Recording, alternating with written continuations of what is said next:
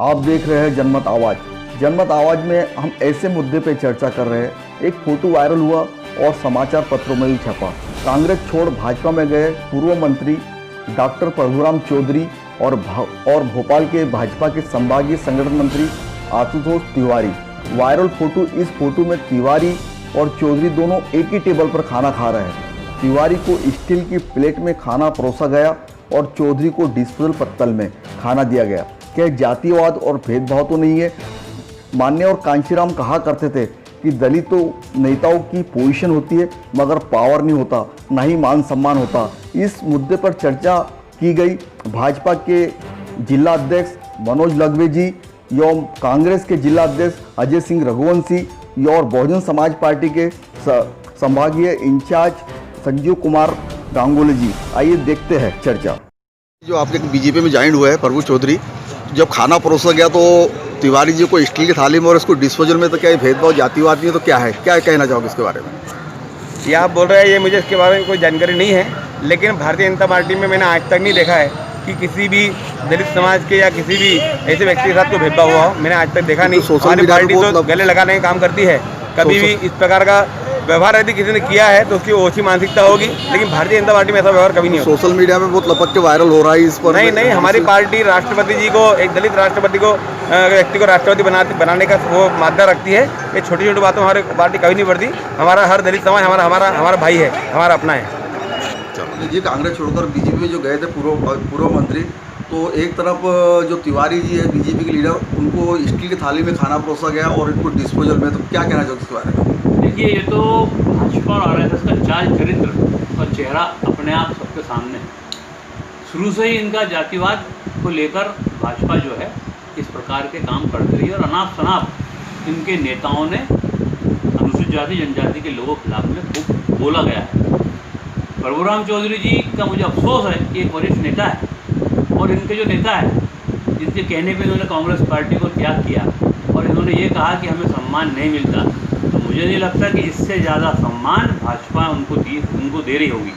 आज जो सम्मान उनको मिला है कि जिस प्रकार से उनको हकारत की नज़रों से बैठाकर एक पत्तल में बैठा दिया और खुद स्वयं स्टील की थाली में, और पता नहीं स्टील की है कि चांदी की, वही जाने भाजपा के बड़े नेता है किस पे खा रहे हैं। तो ये इन्होंने वो काल की याद दिला दी, अंग्रेज काल की याद दिला दी।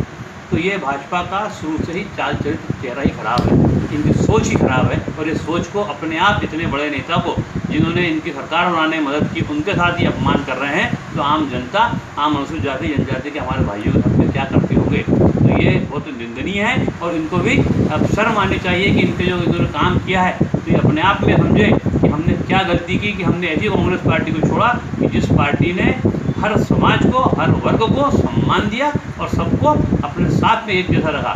तो ये तो बहुत ही दुख की बात है। मेरा सादर जय भीम नमो बुद्धाय।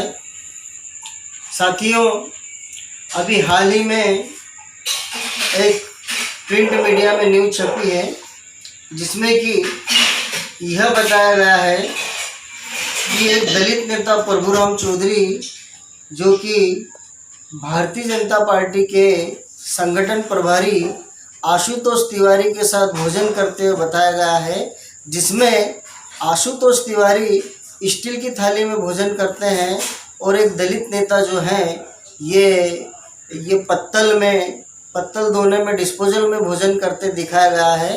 ये बड़ा ही दुर्भाग्यपूर्ण ये तस्वीर है और ये तस्वीर यह दर्शाती है कि इस देश के अंदर भारतीय जनता पार्टी के लोग पूर्ण रूप से ब्राह्मणवादी व्यवस्था के पोषक के मनुवादी विचारधारा के लोग हैं। ये मनुवादी विचारधारा के लोग कभी भी इस देश के अंदर एक दलित को मान सम्मान नहीं दे सकते।